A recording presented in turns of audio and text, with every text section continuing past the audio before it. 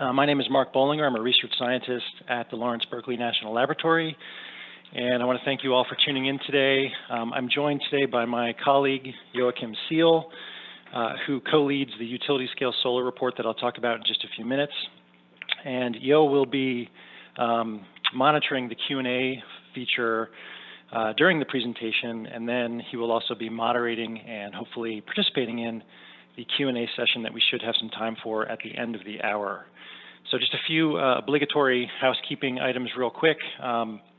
If you do have questions or comments, please do use the Q&A function to submit those. You'll probably also see a chat button somewhere, but we would ask that you not use chat and instead route everything through Q&A, as that'll make it a little bit easier to organize on our end. And then I also want to mention that the webinar is being recorded, and links to the webinar and the slides will be posted on our websites within just a few days probably. So without further ado, let's launch right in.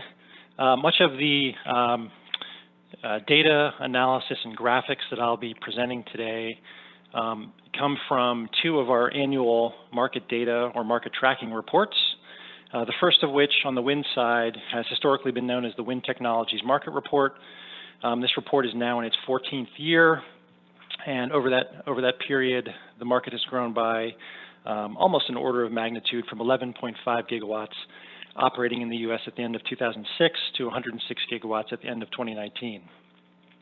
On the solar side, we have a companion product known as utility scale solar. That product is now in its 8th year, and the growth there has been even more rapid, at least in percentage terms, from 1.7 gigawatts of utility scale PV operating in the U.S. as of 2012, increasing to 29 gigawatts at the end of 2019. Now, even though I've included cover shots of both of these reports here on this slide, in fact, this year we did not produce or publish narrative reports for either one of these products. Instead, with guidance from our funders and in recognition that the most valuable aspects of these products really is the underlying data, we instead sort of shifted the focus of these two products more towards what I'll call a data product rather than a narrative report. And what that means in practice is that we have enhanced the public-facing Excel data workbook by including more data, by embedding graphics directly within the workbook and linking those graphics directly into the data, and in some cases providing 2 or 3 or maybe even more different versions of graphics to look at some of the data in different ways. And we've also supplemented and enhanced our online interactive data visualizations as well. And you can find all of that content at the 2 URLs at the bottom of this slide. So windreport.lbl.gov and utilityscalesolar.lbl.gov. Okay, so let's jump right into the data. These two maps show the location of every utility scale wind and solar PV project in the US as of the end of 2019. For wind, we consider any project using turbines of at least 100 kilowatts in size to be a utility scale project. And for solar, we consider any project that is ground mounted and larger than 5 megawatts of AC capacity to be utility scale. Although our utility scale solar report does cover concentrating solar thermal power, or CSP, today, in the interest of time, I'm only going to focus on utility scale photovoltaics, or PV. So back to the maps. On the wind map, you can see that most of the deployment that's occurred has been in the US interior, where the resource is strongest, but there are obviously wind plants scattered across the US, with the notable exception of the southeast, which really doesn't have much of a wind resource to speak of, or at least not based on, or not at current tower heights or based on current technology. For solar, the market really got started in the desert southwest of California, Nevada, Arizona, New Mexico, again, where the resource is strongest, but since then has spread out to many other parts of the country, including some northerly states that aren't considered to be very sunny, such as Oregon and Washington, Minnesota, Michigan, New York, and Vermont. Whereas those maps showed kind of where development has occurred so far, this column graph here shows when all of this capacity has come online, or most of this capacity anyway. These two technologies have obviously been around for many, many years, but in the US, deployment really did not start to take off until this century. So for wind in the early 2000s, it started to pick up, and for solar roughly a decade later. Now, if you focus on the two dashed lines here, which show cumulative capacity, you can see that wind and solar are on a pretty similar trajectory. Solar appears to be catching up a little bit and is now about 4 to 5 years behind wind. But in general, we've had strong growth in both of these resources over the past 5 years or so. In fact, over the past 6 years, wind and solar together have contributed 58%, so more than half of all new generating capacity that was added to the US grid over that period. Natural gas accounted for another 39%. So just these three resources, wind, solar, and gas together, accounted for 97%, so almost all of new capacity added to the US grid. Despite that strong growth, wind and solar together still only have about a 10% market share on a nationwide basis, where market share is expressed as a percentage of total US generation. So here, this graph in the upper left shows the market share of all different types of generating resources in the US, going back to the turn of the century. And what probably immediately catches your eye is this juxtaposition of natural gas and coal, which appear to be almost mirror images of one another. You can also see nuclear. It's been chugging along at about 20% for some time now. And then all other resources tend to be below this 10% line, which makes them a little bit hard to see. So what I've done in the bottom right here is to zoom in on those sub 10% resources, and in particular the renewable resources, to get a better look. And what you see here is that really only wind and solar have been growing. Everything else has been pretty flat.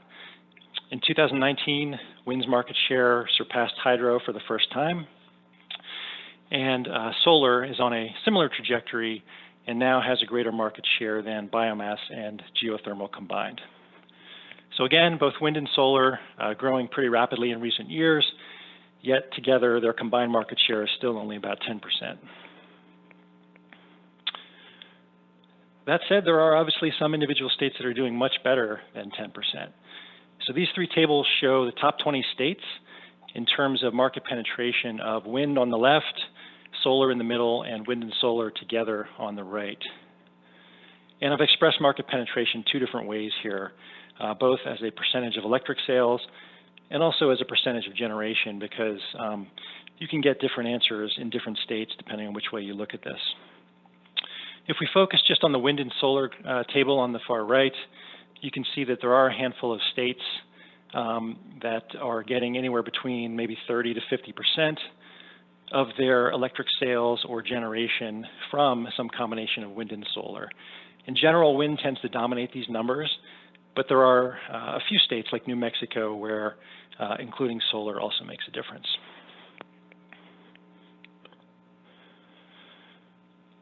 So this growth that we've seen in recent years has been driven by a variety of factors, that most of which can be placed within kind of three main pillars of either federal tax policy, state energy policy, or economic competitiveness. I want to touch a little bit on federal and state policy, speaking in particular to the production tax credit for wind or the investment tax credit for solar. I'll also have a slide on state renewables portfolio standards, but really I want to spend the bulk of my time on this third pillar of economic competitiveness, because that has really been what's driven renewables in recent years, and going forward, I think it'll be similarly important, particularly as the importance of federal and state policy potentially wanes going forward. So starting with tax credits, it's no secret that the PTC for wind and the ITC for solar have been major drivers of wind and solar deployment, but under current law, both of these credits are being phased out. And these graphs really represent an attempt to kind of map out the phase-out schedule for each of these two credits. So the columns here show the legislative construction start deadlines, while the horizontal arrows take into account the IRS safe harbor windows in which developers can bring their projects online. So for wind, for example, once the calendar turns to 2021 in about a month, the PTC will be worth only about 80% of what it is today. And then it will continue to decline for a few years thereafter before disappearing altogether for projects built in 2025. Solar gets to keep its full investment tax credit a little bit longer. The 30% ITC will be available through 2023 for projects that qualified under the safe harbor guidelines. And then thereafter, it will drop down to 10% for projects coming online in 2024 and thereafter. And that 10% level is currently permanently within the tax code. Now, there is some chance that one or both of these credits could be extended in some way or in some form under a Biden administration.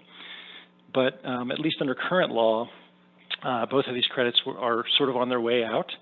And as we'll see a little bit later, that will have negative ramifications for wind and solar PPA prices, all else being equal. Okay, turning now to state policy. The most important policy at the state level in support of renewables has been the Renewable Portfolio Standard, which is a requirement that all utilities and other load-serving entities provide a minimum share of renewable generation within their power mix. Most of these policies date back to the turn of the century, at which time they were very important in creating kind of a minimal floor, a minimum level of demand for what at the time were still above market resources. But as the cost of wind and solar has come down over time, the importance of these state RPS policies has begun to wane somewhat. For example, the graph on the left here shows that through 2019, the industry has generated more than twice as much non-hydro renewable generation as is required under these RPS policies. That said, there are a handful of states listed down here at the bottom that have increased their RPS targets in recent years, in some instances pretty significantly. And as a result, you can see in the graph on the right, going forward, that will help by creating or elevating the floor, escalating the floor for renewable demand going forward.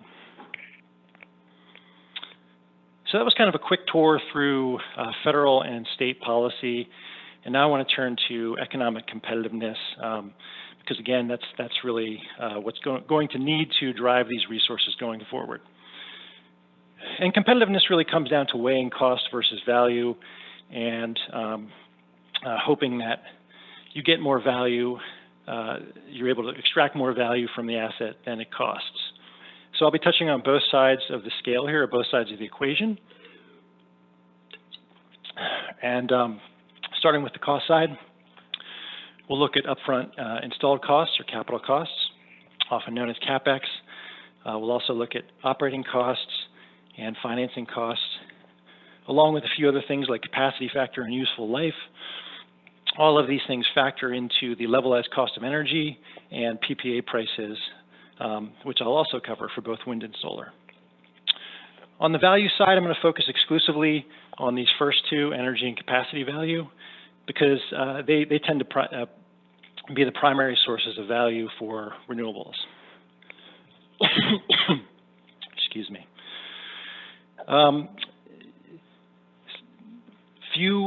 Very few renewable projects are currently providing ancillary services, and those that tend to kind of extract fairly incremental value from doing so, above and beyond what they can earn from energy and capacity value. So I won't cover that. And then a plant can also obviously earn revenue and create value by the sale of renewable energy credits, or RECs, but that value tends to be highly variable from state to state, and so it's a little hard to generalize about that, so I will also skip over that one. Okay, starting with installed costs or Capex. Here we see Installed costs by commercial operation date or project vintage for both wind and utility scale solar, utility scale PV. Each bubble here on the graph represents a single project with the size of the bubble equating to project capacity. I also include these black dash markers which show the average or median Capex or installed cost estimate in each individual COD year. And what you see is that since 2010, average installed costs have fallen by about 40% for wind and by roughly 70% for solar. For wind, this dollar per watt per unit installed cost decline has occurred despite a significant increase in turbine scaling that's really been aimed at boosting the capacity factor of wind projects. And I'll talk a little bit more about that in a minute. On the solar side, these PV plants really don't have this same performance-related scaling linkage. Instead, as you increase the efficiency of a solar module, what that means is that you effectively just need to install fewer modules to reach the same amount of project-level capacity, and that in turn pretty much directly drives down installed costs on a dollar per watt basis. So that's Capex. Turning now to Opex and also useful project life. We found it expedient to go out and survey the industry for both of these parameters because both of them involve some amount of projection or conjecture. For example, if you think about it, you'll never really know the real number for useful project life until your project has actually reached the end of its useful life. And since that really hasn't happened to any great extent in the renewable space, since the markets are still relatively young, we thought it best to go out and survey wind and solar developers, project owners, financiers, consultants, and others for their views on both project life and also Opex levelized over the entire project life. And what I'm showing in the graph here represents sort of the average values to fall out of those surveys. And what you see is that for both solar and wind, the industry is pretty widely assuming 30-year project lives now, and that is up from roughly 20 years, maybe a decade or so ago.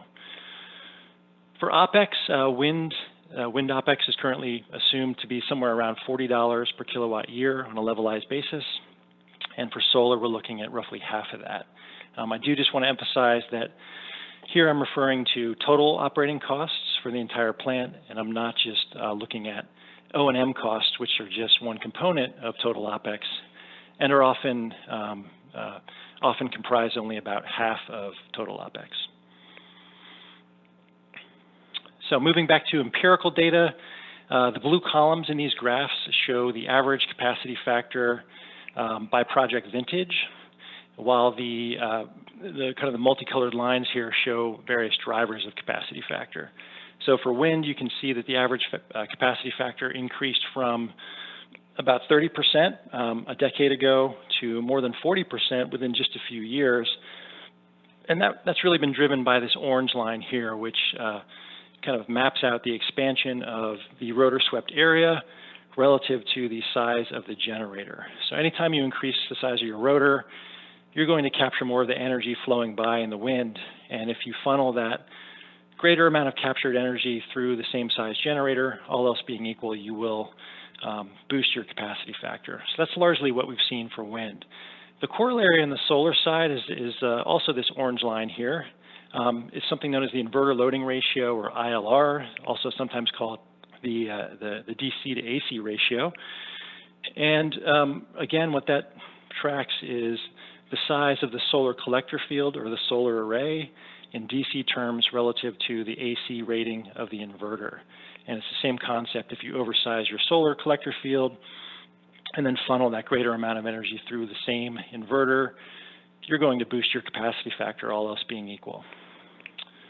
And so you can see that the ILR has increased pretty steadily over time. And for solar, we also have this phenomenon of increasing use of single-axis tracking as that technology has matured and become more reliable and costs have come down. And then we have this third driver here, at least through 2013, of building out sunnier sites. And those three things in combination drove average solar capacity factors from 20% up to about 25% within just a few years. Since 2013, though, we've seen capacity factors stagnate, and that has been largely due to the decline in this green line, which symbolizes the industry expanding outward to less sunny parts of the country. And even though that expansion has a negative impact on fleet-wide capacity factor, it is nevertheless a positive thing for the industry in the sense that it indicates that these PV projects are able to pencil out financially, even in less sunny parts of the country. All right, as we just discussed, capacity factor obviously depends on the resource quality at the site, but it also depends very much on technology. So what these two graphs are doing here is trying to control for the impact of wind and solar resource in order to really focus in on the technology impact. So the graph on the left, we've got 4 different wind resource buckets along the x-axis, and what you see is that within each bucket, we've further grouped wind projects by their specific power rating. And specific power simply relates the size of the rotor to the turbine generator. And so what you see here is that as you increase the size of your rotor relative to your rated capacity, you can boost capacity factor by as much as, or even more than you can by moving from a lower to a higher wind resource site. And something similar holds true for solar as well. Here we've broken out the solar resource into quartiles, and you can see that within each quartile, projects that employ single axis tracking have higher capacity factors on average than fixed tilt projects. And likewise, for both fixed tilt and tracking projects, projects with higher inverter loading ratios also tend to have higher capacity factors. Okay, so far I have focused on capacity factors in a single year, but we also monitor the performance of these projects over time. And that's what these graphs are showing here. For wind, well, I guess for both wind and solar, we've found, perhaps not surprisingly, that the performance of these projects tends to decline as the projects age. For wind, there are kind of 2 interesting things I want to point out here.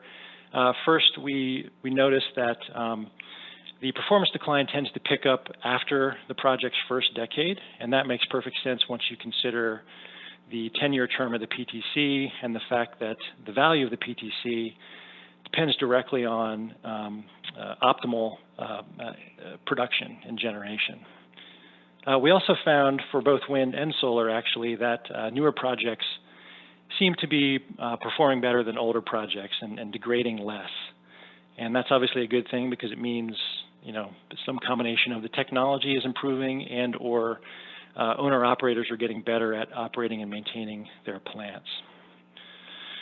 On the solar side, I do want to point out this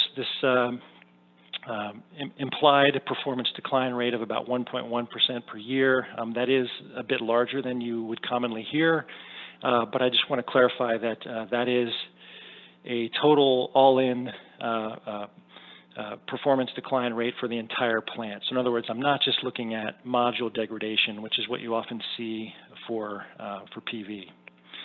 I should also mention that neither one of these graphs takes into account curtailment, which could obviously be driving some of this trend. And speaking of curtailment, these next 2 graphs here plot the curtailment rate versus the penetration rate for both wind and solar.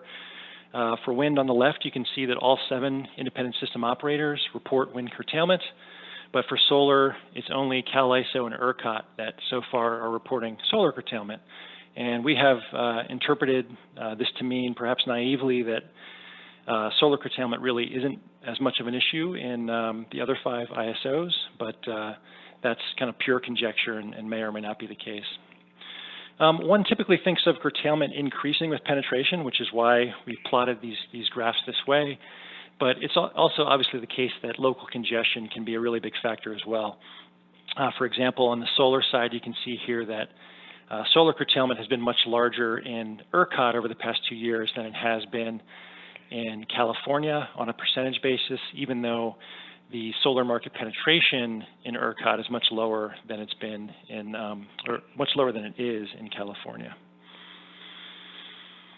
Okay, and when we bring everything together here that I've shown you so far, including lower Capex, lower Opex, lower finance costs, which I haven't shown yet, but I will get to in a little bit, along with higher capacity factors and longer useful lives, all of these things come together to drive down power purchase agreement prices to all-time lows.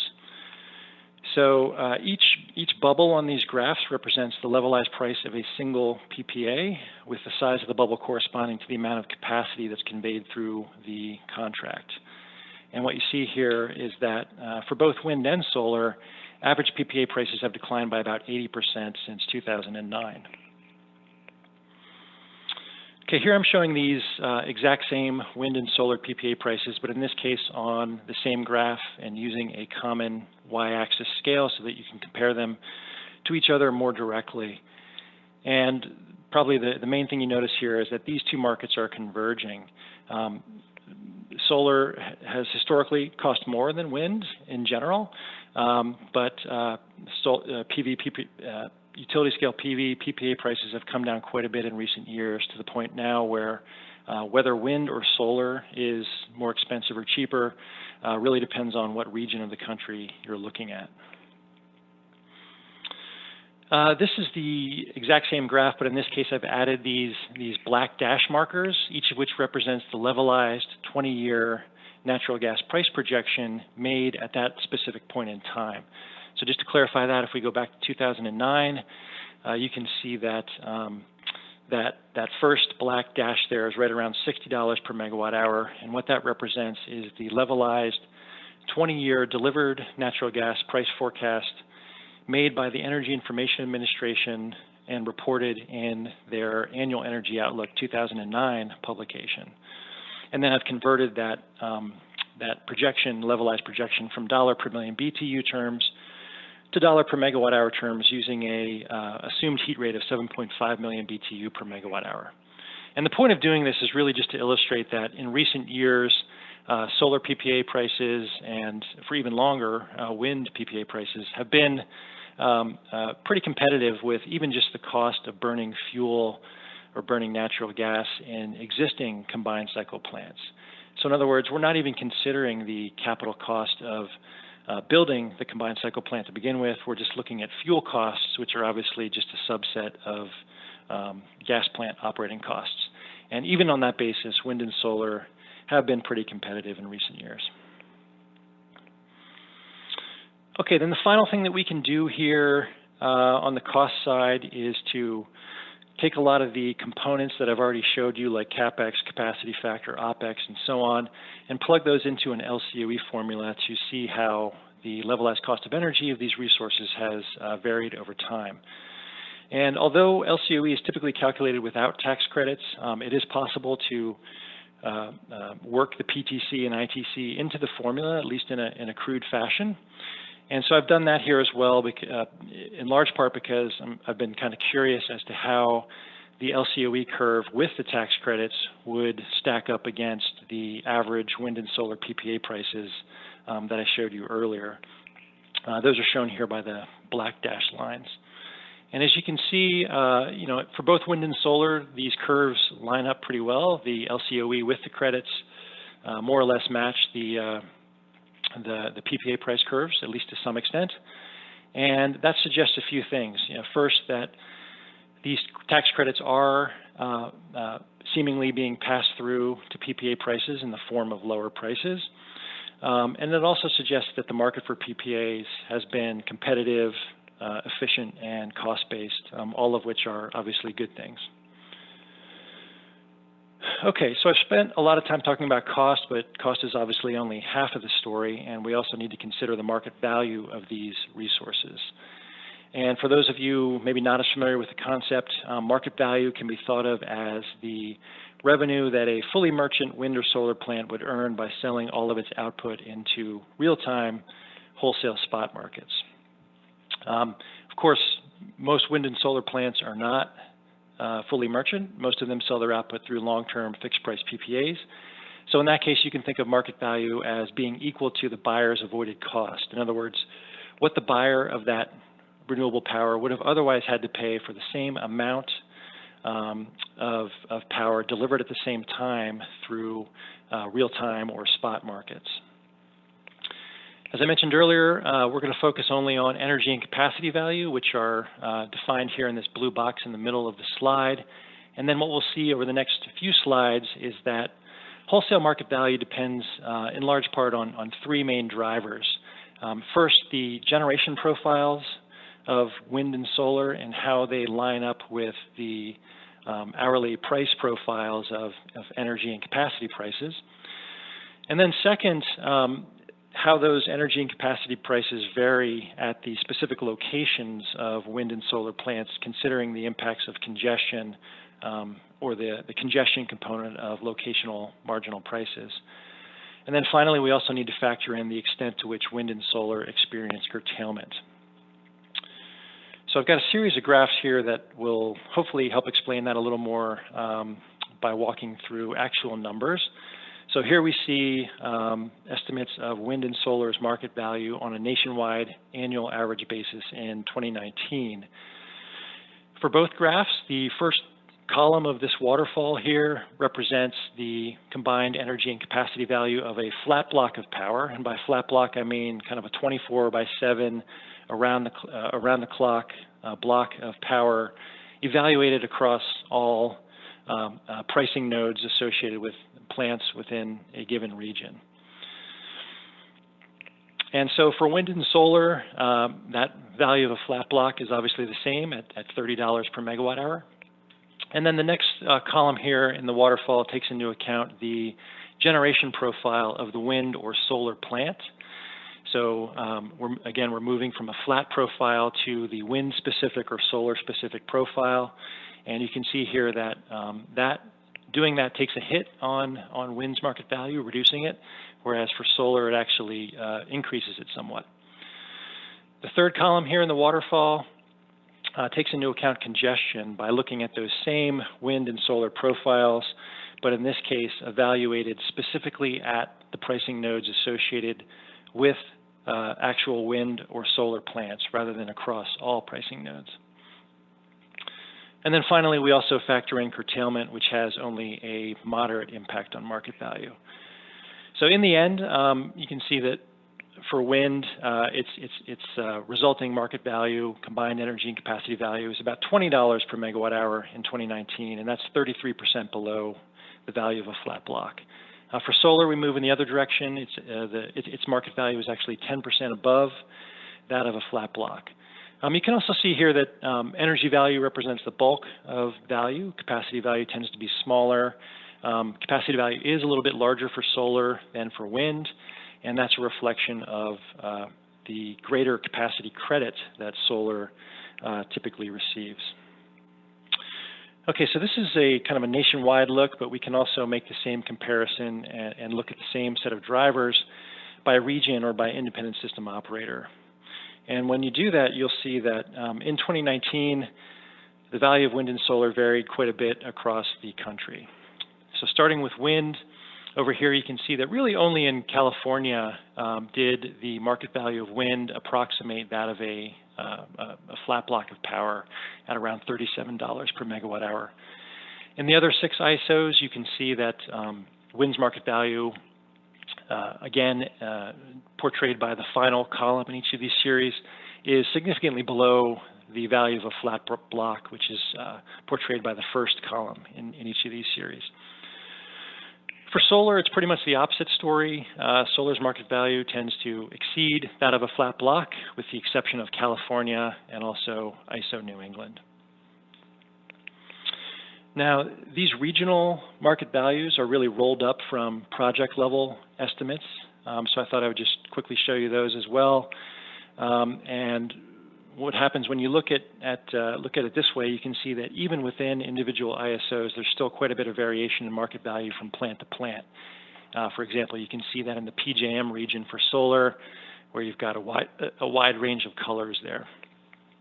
In general, wholesale market value tends to be the lowest where penetration is highest. So for wind, that's over here in the central U.S.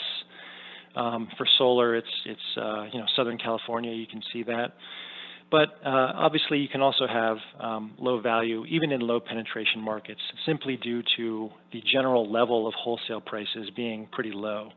And the upper MISO region and also New York ISO are good examples of that for solar, where the market value is similar to what we see in Southern California, despite the fact that penetrations are much lower.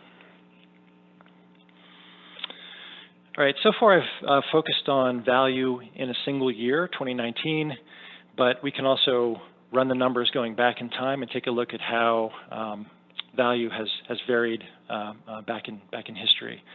And when we do that, we see that solar has pretty much maintained its premium value over wind going back in time, with the exception of in California, where increasing solar market penetration has gradually eroded solar's market value to the point where in 2018 and 2019, it's actually below wind.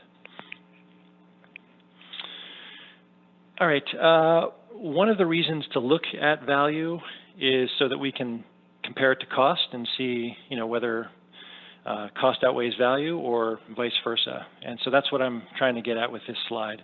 The graph in the upper left shows the average market value of wind and solar in 2019. That's what's shown here by the columns.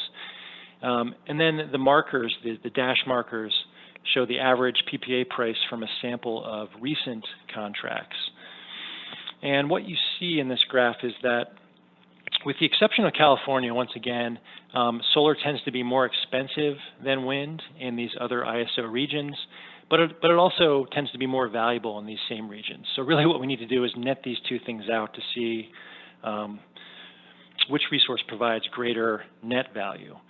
So that's what I've done in the graph in the upper right. I've simply subtracted the PPA prices from the market value estimates. And what you see there is that solar in 2019 had positive net value and also greater net value than wind in 4 of the 6 ISOs shown here, with MISO and ISO New England being the 2 exceptions. And the fact that solar tends to provide greater net value than wind might be one reason why solar has really skyrocketed to the top of grid interconnection queues across the country. So this graph shows the amount of capacity making its way through 37 different interconnection queues across the U.S. Going back in time. And what you see is that really only solar, standalone storage, and until 2019, wind, those are the only 3 resources that have really been growing in the queue, whereas everything else, including natural gas, has been declining. And solar's rise in the queues has also been rather meteoric. Just a few years ago, it was in 3rd place behind wind and natural gas, but obviously by the end of 2019, it has pretty firmly cemented its pole position. The final thing to point out here is this hatched portion of the columns, which indicates the amount of capacity that is paired with battery storage. So for solar, you can see that 28% of all PV capacity in the queues at the end of 2019 was paired with battery storage, and that compares to just 5% for wind.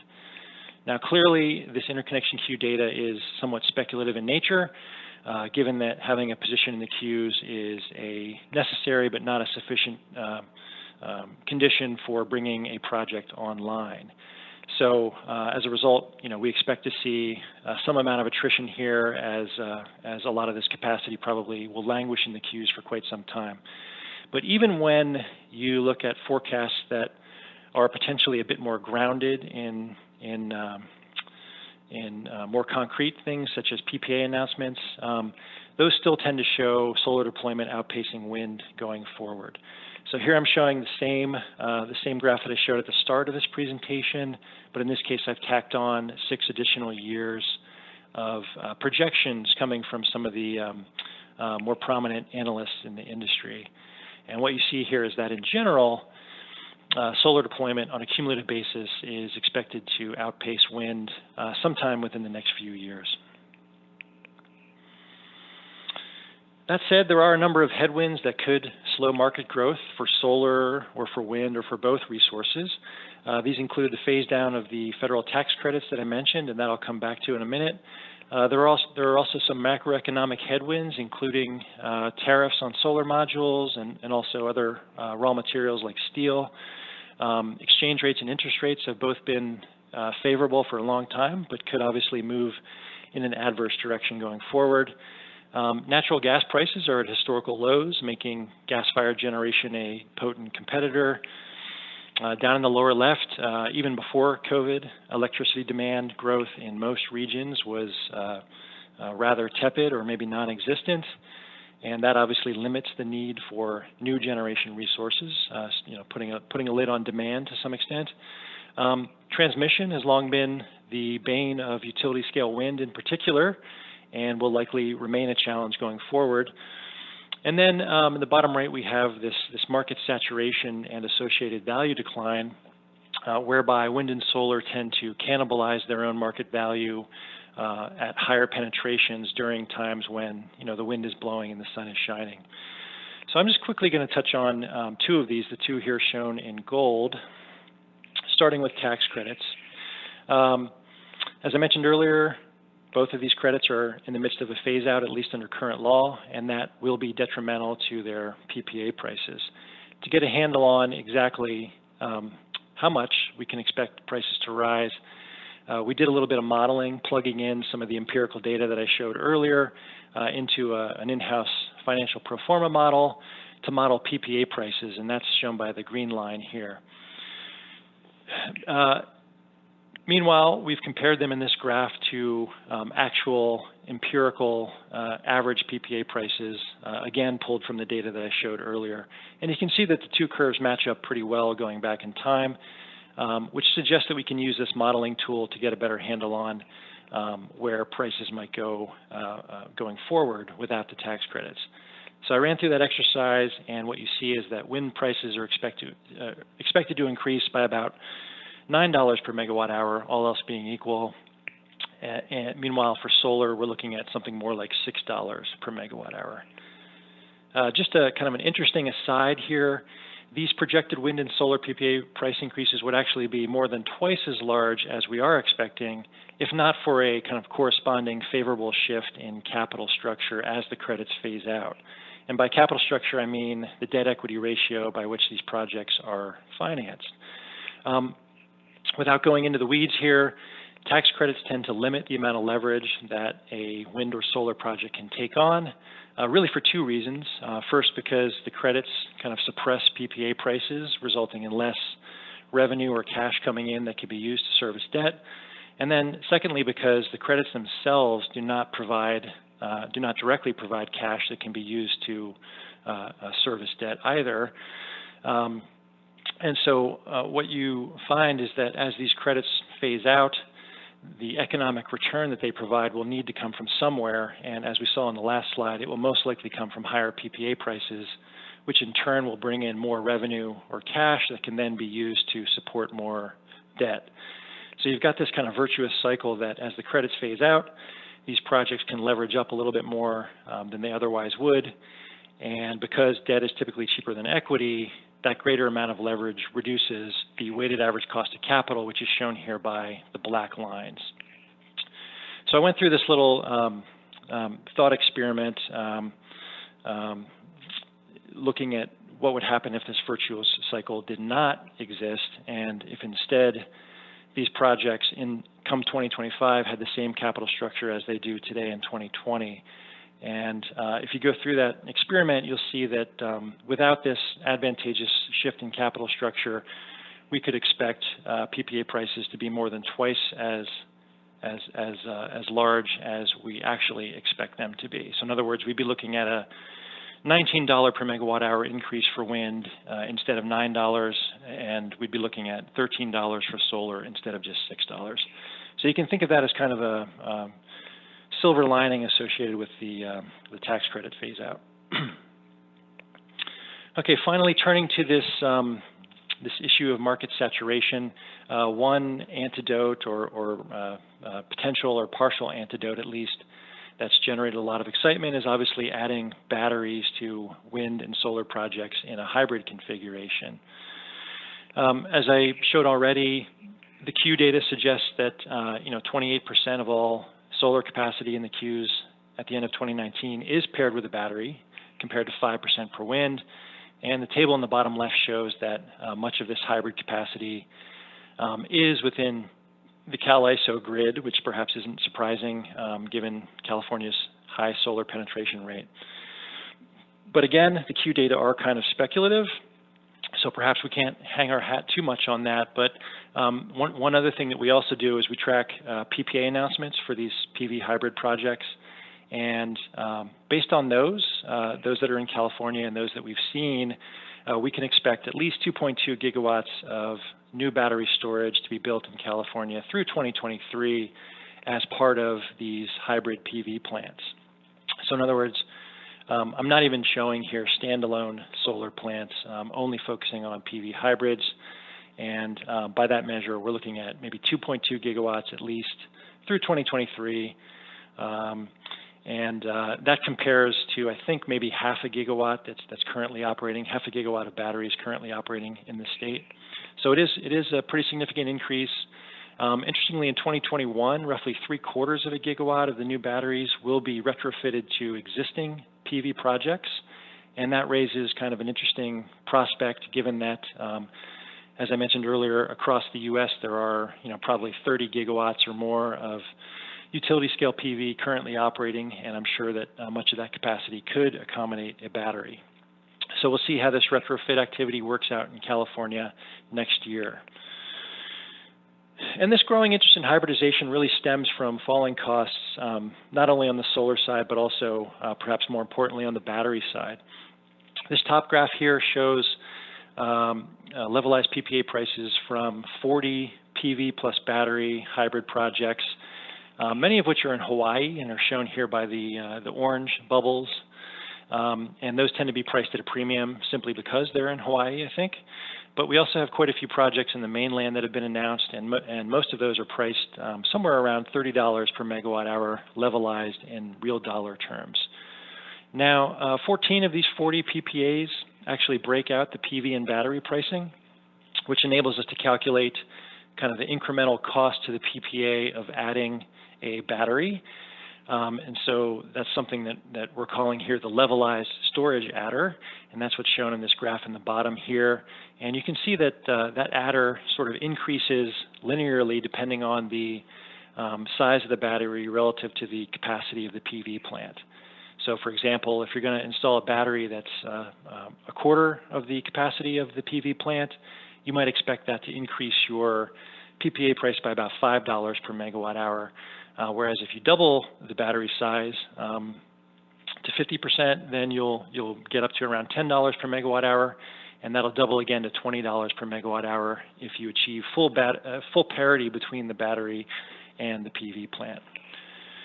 Now, you'd obviously only want to incur that incremental cost if you had a reasonable expectation of extracting at least that much value from using the battery.